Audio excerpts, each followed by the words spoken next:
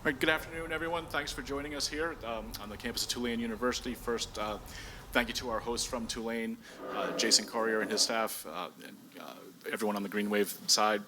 And also, we thank Chris Smith and SMU on the media relations side. If you have any questions or need anything from either of us, please feel free to let us know. And I'm Chuck Sullivan on the conference side. And again, feel free to reach out to myself or any of our team to assist you in your coverage of the game.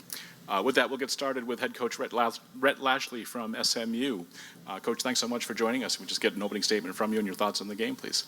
Yep. Well, I think on behalf of our president, Gerald Turner, our board chair, David Miller, our athletic director, Rick Hart, just want to say how excited we are to be here representing SMU in the American Athletic Conference Championship game. And, our guys have had a really good season. They've been a fun group to coach. And obviously, we have an incredible opponent, and we're looking forward to a great game tomorrow. Okay, we'll take questions. Just raise your hand. We'll get a microphone to you.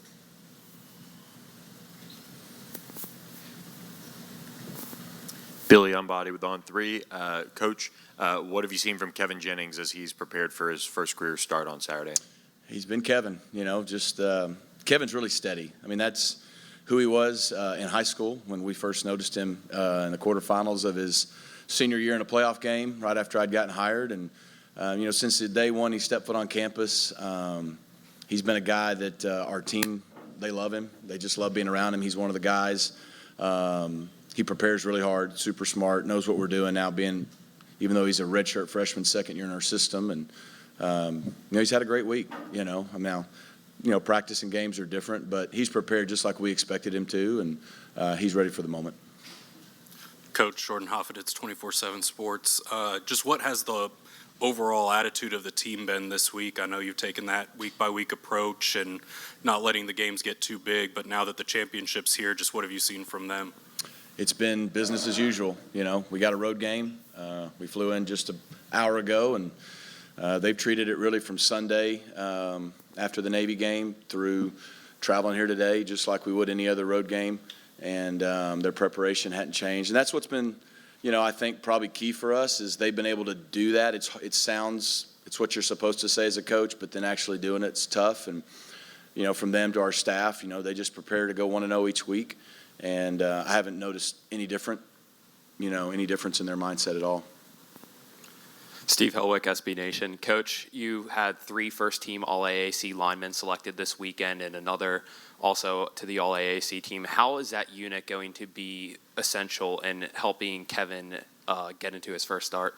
Yeah, huge, because, obviously Tulane's got, an excellent defense, and they do a nice job, getting pressure, stopping the run. So, the quarterback's best friend is a good run game, and we're playing, I think, the number 5 or 6 run defense in the country.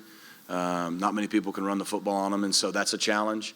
And then when you factor in weather and all the other things, and then just protecting him when he does have to throw it.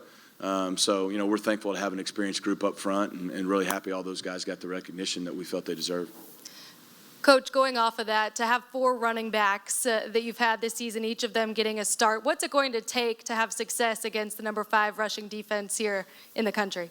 Yeah, it's good to have 4 guys, have them, all be different, We've got some speed guys. We've got some guys like Tyler Levine who just kind of run through brick walls. And then we've got guys like L.J. Johnson who's, fairly balanced and can do a little bit of everything. And so those guys have been great. They've ran hard. They've held onto the football. They've always gotten a little more than what it was blocked for, which is what good running backs do. And, people always talk about run game and how many yards did you rush for at the end of the game. That's not what matters. What matters is when you need to run the football, can you run the football? Inside the 5-yard line, 3rd, 4th, and 1 to 2. That's really what is important. And so we're going to have to be able to run the football with that line in our backs in critical situations. Coach, weather could be a factor in tomorrow's game. What's been the message to your team about ball security? Because Tulane's been very opportunistic in regards to forcing turnovers this year. We haven't talked about weather at all. Those are things out of our control that will show up tomorrow, and whatever the weather is, we're both going to have to play in it. We haven't talked about ball security any more than usual just because we emphasize it. That's something we wanted to improve on this year after last year. Take this game, for example, I think we had 5 turnovers. So that was a big part of our off-season, spring, summer, fall camp, in-season emphasis is value in the football, and I think we've done a nice job of that.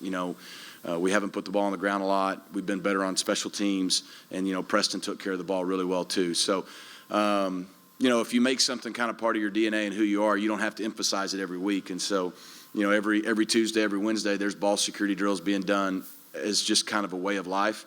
And so we've just kind of gone about that as usual. But you're right, Tulane's defense, I think 15 interceptions and a lot of fumbles. I mean, you look at last week against UTSA, that probably was the difference in the game. So whether or not, we're going to have to value the football again tomorrow. I'll jump in there. Coach, when people think about SMU, I think they always think offense. Always had excellent offenses, and you do again this year. But defense this year, Scott Simons, that group has been outstanding. What's been the biggest difference from last year to this year with that unit? Yeah, been really proud of our defense. That was something that, to your point, at SMU, we've kind of got a little bit of a reputation of having good offenses. And but to take the next step to get to this moment, to get to a game like this, we knew we were going to have to play championship-level defense. And candidly, we haven't done that in 4 decades. So, as soon as last season ended, we made an emphasis as a staff that we were going to try to improve our roster there. We had a lot of guys leaving in terms of graduating on defense. We had some key pieces back like Elijah Chapman and DeVere Levelston and Nelson Paul, and I'm sure I'm forgetting a few. But we felt like we needed to go out and really bolster our D-line and our secondary. We felt like people ran the ball on us more than we wanted to last year, and we couldn't get the pressure on the quarterback we needed to without all-out blitzing. And then, we've struggled for years stopping the pass at SMU. And so we went out, we were really aggressive, brought in about 6 DBs, 5 or 6 D linemen, ended up getting a few linebackers. And so that was the first start. And really how those guys meshed, I think, is the biggest thing. Because we had some really good pieces returning. We bring in a lot of guys, a lot of transfers. And how are those guys going to mesh together, not only on our team, but specifically on defense? And what you saw, which is really cool, is, competition is one of the 4 pillars of our program. We just believe in competition, healthy competition. Makes everybody better. And in that scenario, all the returning players had an option. Okay, I can raise my level with people coming in and get better. Isaiah Wakobe is a fantastic example. Or I can shy away from it and just kind of get left behind. And to a lot of those guys, from him to Brandon Crossley to Brian Massey, and I could go on, they raised their level. So now we got good players coming in, and the guys here raised their level. And they've just played great team defense together. I think we've got 16 guys over 20 tackles, but like hardly anybody in the top 20, 25 in the conference. We've got 40 sacks on the year and by like 19 different people. And so we played a lot of people. They played team ball. And then, Scott Simons knows how to coach defense. He's last year was unusual for him from a statistical standpoint. And so I think the combination of the roster and those guys meshing and then our coaches putting them in a good situation. And then the last thing I'll say is they swarm. They run to the football. You want to do a lot of things, but if we're going to do one thing, we're going to run to the football because that fixes a lot of problems on defense, and I think they've done that every week.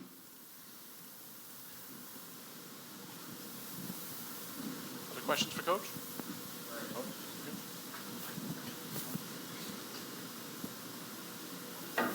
Coach, I've heard you in press conference really talk about how this is just a team that's really together. And you spoke about how you have, I believe, 16 people with 20 tackles. I mean, the same could be said on offense, right? You don't have a featured back. It's backed by committee. You don't have a featured receiver. Usually when you think of SMU, you think of the Cortland Suttons, the Rasheed Rice. Mm-hmm. But you have multiple receivers that have gone over 400 yards. Just talk about how this team has been able to stay together and play team football in a day and age where, NIL and guys want to be the guy, they always want to be in the forefront, but your team has really stuck to that team mantra.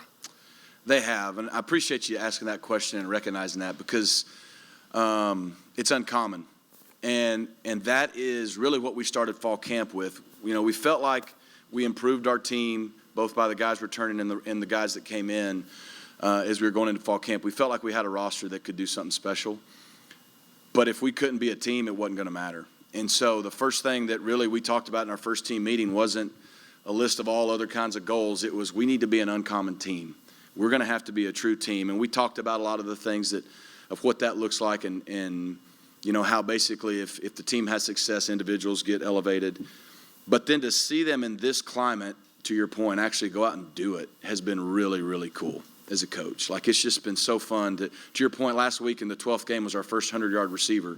Yet we throw the ball around quite a bit, and I think we're going to have 7 or 8 guys over 20 catches and 400 yards on the year, and nobody's close to that, I don't think, in the country. And for that many guys that they came here to catch 90 and 100 balls like Rasheed and James and Cortland, and to buy into that's been cool. At running back, we're not going to have a 1,000-yard rusher, but we got 3 guys averaging over 5 yards a carry, and Tyler Levine's not even one of them, and he brings a different edge to our team and on defense. And so that's been really cool because that's uncommon, and we knew that. It doesn't matter how much talent you have if you can't be a team.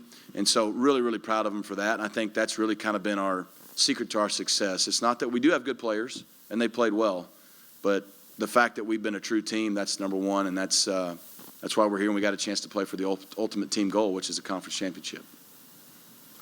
Coach, you were on staff here the other time. You guys won 10 games in the regular season. What are some of the similarities between that team and this team, and then some of the differences that you've seen? The similarities is we had good balance on offense. I mean, we were a little more pass heavy on that team, but we still ran for like 175, 180 yards a game. And I think Xavier Jones had 25 touchdowns that year. And on defense, we were really good at creating turnovers and sacks.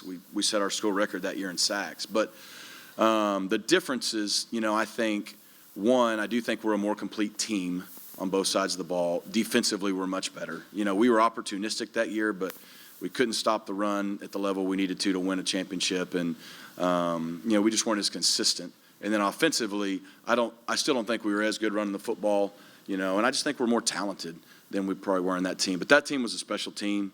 That team kind of set the stage for the last 5 years of SMU football, and to getting ranked as high as like 15, 17, whatever we did. We had a game at Memphis on College game day. That was a really special group. And so there are a lot of similarities. Coach, staying in the same vein of comparing previous teams to the current team, you saw Tulane, of course, last year. Now you see them again. They don't have Tajay Spears or Dorian Williams on defense. But how has this team maintained its production in your eyes, and which players are stepping up while those two players are, in the NFL? And you're talking about Tulane, correct? Yes, sir. Yeah. Look, first of all, they got an incredible coach. Willie does a fantastic job. I think he's won over 200 games. I've got a whopping 17. So I think they've got stability there in terms of just his leadership. They had a good nucleus returning, even though they did lose some great players off last year's team. It's the same makeup, different coordinators right in some spots, but like on defense, they're going to stop the run, and they're going to limit the explosive plays, and they're going to hit you and be physical. And on offense, it all starts with a physical run game, an efficient quarterback. They got guys on the outside that can make plays, and they play really, really good special teams. So there's a complete team. And so, the funny thing is, you asked me about SMU team a few years ago, won 10 games. It is hard to compare because it's just a different year and a different team. Same thing with them and us. Last year's game has no bearing on this game for them or for us. But, they've done an incredible job back-to-back years of taking that blueprint and executing it at a high level. It's hard to sustain success the way they've done these last 2 years. Has it been more difficult to recruit while prepping for a title game? No, the best thing you can do for recruiting is win. So it's great to be playing on Championship Saturday. And, fortunately, they've changed the rules, too. I think recruiting just opened back up today in terms of getting out. So, I think both us and Tulane are pretty happy we're playing tomorrow instead of on the road recruiting or hosting official visits this weekend. So, it's part of the job in college. You got to do both. And, this game will end tomorrow, and by Sunday and Monday, we'll be out recruiting for the next 2 to 3 weeks as a mad dash to signing day, and as this transfer portal thing just does its thing again. So, you go to the next phase. So it never ends. You're always juggling both at the same time. But it's pretty good when you can tell a recruit, hey, we'll be on TV this weekend. That's why we're not having official visits. Coach, a lot of lopsided wins in AAC play, never trailed in the second half of any of these games. Do you think that maybe the Rice and Memphis games kind of help prepare you for any adverse situations that may arise going forward?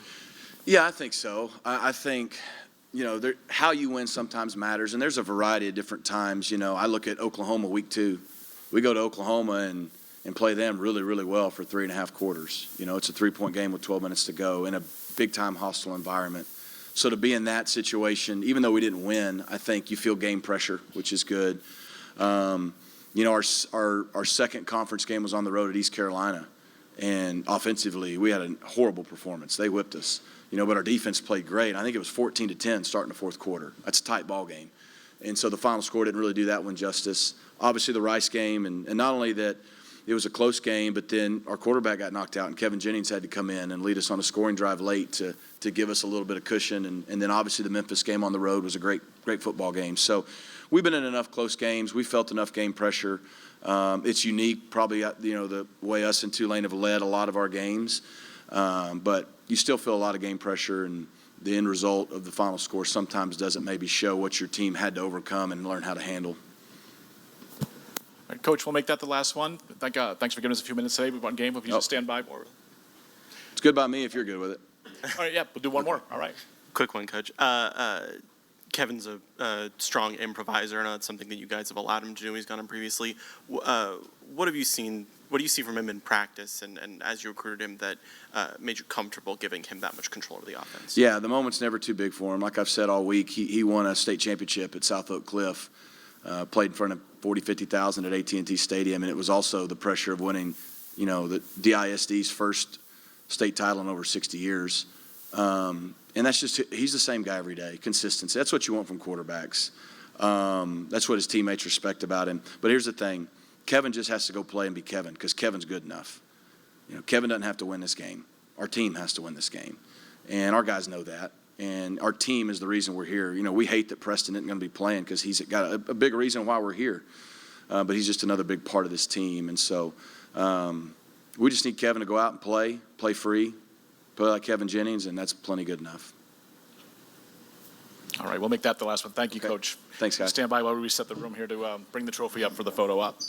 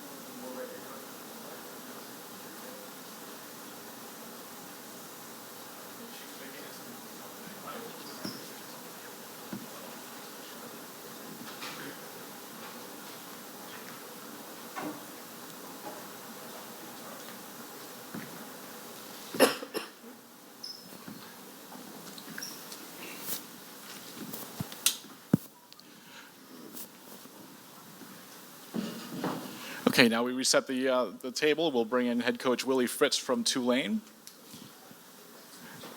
Green Wave comes in at 11-1 overall, went 8-0 in the American Athletic Conference. Coach, thanks so much for giving us a few minutes today. Congratulations on advancing, and we could just get a few minutes with an opening statement, and then we'll go to questions. Well, we're very excited about having the opportunity to play this incredible SMU team. I've been watching video on them all week, and they're excellent in all three phases. This is our league does, I think, such a phenomenal job of putting this game on, and I think we're going to have a super crowd here tomorrow, and we're just looking forward to the opportunity of playing a great SMU team. Okay, same deal. Raise your hands. We'll get a microphone to you for questions. In the back. All right.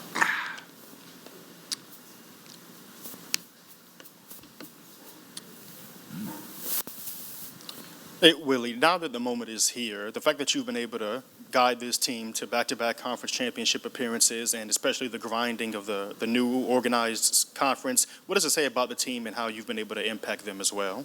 Well, I'm really proud of the guys. You know, we've had to battle through a lot of injuries throughout the year, and we've, different guys have had to step up.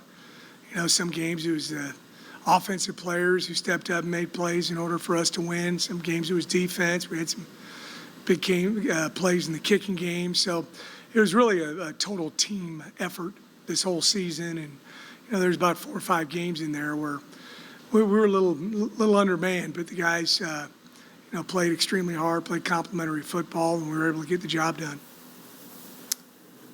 Coach, with Kevin Jennings taking over for SMU at quarterback, how did you go about preparing for him without maybe a ton of film, but he has played some for them at the same time? He's played quite a bit. Yeah. We haven't had the luxury of a lot of blowouts like SMU had this year, so he got to play a lot. I think he played over 100 snaps. I looked at all the plays. Our defensive coaches obviously did as well. I heard Rhett in a press conference earlier in the year earlier in the week talking about how I felt like he had 2 starting quarterbacks, with Kevin and Preston Stone. So they've got a lot of confidence in him. I don't think it's going to be that much different what they do offensively. I'm sure there's a few things that he might do a little better than Preston Stone, and maybe some things not quite as well. Who knows? But it's going to be their offense, which is dynamic and explosive.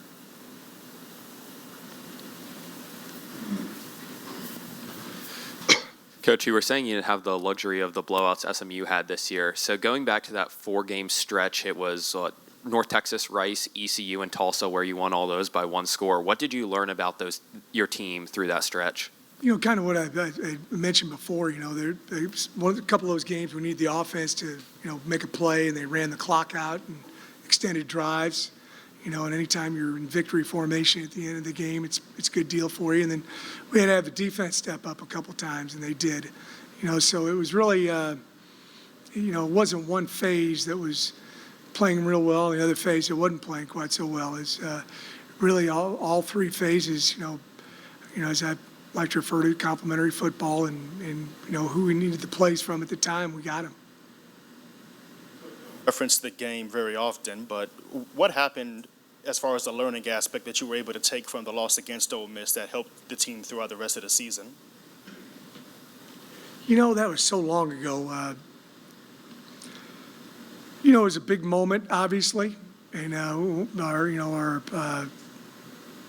was a couple turnovers in there I wish we hadn't had. But you learn from each game, and then you move on to the next game. And really, that was so long ago that it's part of our identity, but certainly not the whole makeup of our team. About the players who have stepped up this year, and of course you have your starting running back in Mekhi Hughes. How is it to be able to know that you have this redshirt freshman who continues to get better, and it comes off arguably his best game in the biggest moment? Yeah, he's played really well this season. We came into the year rotating 3 or 4 running backs, not quite certain, which back was going to be the bell cow. After about 3 weeks, Mekhi showed us that he was that guy, and he has played really well the entire season, and deservedly was voted freshman of the year and first team all conference. So he's had a great year for us. Coach, earlier this week you told us that Jackson was probable, Keys doubtful. What's the latest status on those 2 guys? Keys is not going to be able to play, but Okay. Jaquan will. Okay, great, thank you. Yes, Gary. Willie, what have you been most impressed with Shieldwood with since you hired him? We run a very complex defense, and he's done an excellent job of just adding things throughout the year. And then also I think he does a super job of his organization from the beginning of the week all the way to the end of the week. And how he presents, what we're going to run that week early, and then really fine-tuning it, throwing some things out on Wednesday and Thursday, and, getting down to exactly what we're going to do, on Thursday, Friday, and then tomorrow morning as well.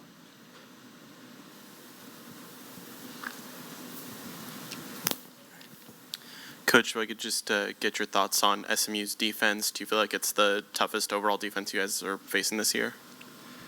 Yeah, there's a lot of different guys that are playing for him. They're also complex, and got good size inside. There's a lot of movement up front, with the whole defensive line. They're not a real blitz-happy team. People probably think that with having 40 sacks. But they do a good job of getting pressure and getting those sacks, bringing 4 and bringing 5 guys. So that's going to be important for us not to get in obvious passing downs a bunch of times tomorrow. Because if you do, they're pin their ears back and they create a bunch of havoc plays in the backfield. Coach, with Jackson and Keys being banged up lately, Chris Brazel's really stepped up for you guys. Just talk about the young receivers' growth throughout the season and how he stepped up to the plate when those other 2 guys weren't able to play. Yeah, we needed him to. We were down a little bit at the receiver position, and he's also got outstanding speed, good size, a little different receiver than what we've had here at Tulane. Those guys are the tall, fast guys are hard to get sometimes, but he has really come on last 3 ball games, and we needed that from him.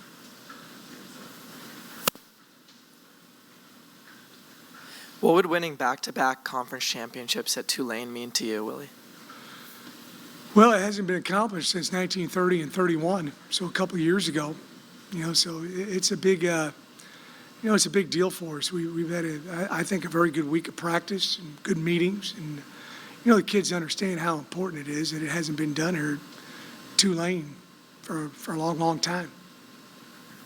This question is not about you and what could happen in the future, so I'll preface it like that. But Saturday could be the final time you have Michael Pratt with you on the field in Yeoman Stadium. What do you think about what he has meant to this program and what you've been able to do with him and what he's had an unbelievable career. He really has. I think he's the best quarterback in Tulane history, and I'm not trying to minimize the great quarterbacks that Tulane has had, and they've had a bunch of great ones, but he holds every record, that you can have as a quarterback. He's done it the right way, and it's just been a tremendous leader, and he's won a bunch of ball games for us. And, we talked about those games. A lot of those games, he was the guy that was making key plays for us in order to win those games. But he's a clutch performer, and, I've been honored to coach him. Thank you, Coach. Has there been any similarities preparing for this game when compared to last year's championship game? Yeah, there's a lot of similarities. There's a lot of guys that played last season, that are playing this year as well. Our running backs, we're getting a lot of great mileage out of our running backs, but, Tajay and Makai are about as different as you can get as far as running backs are concerned. Defensively, we lost a bunch of guys and replaced them with, I think some other fantastic players. Last year we were a little bit more of a bend but not break type defense. This year we're in the top 5 in the country, I believe, in rush defense, and so we're going about it a little different way this year defensively. But there's some similarities because a lot of guys played on the team last year too. Any final questions?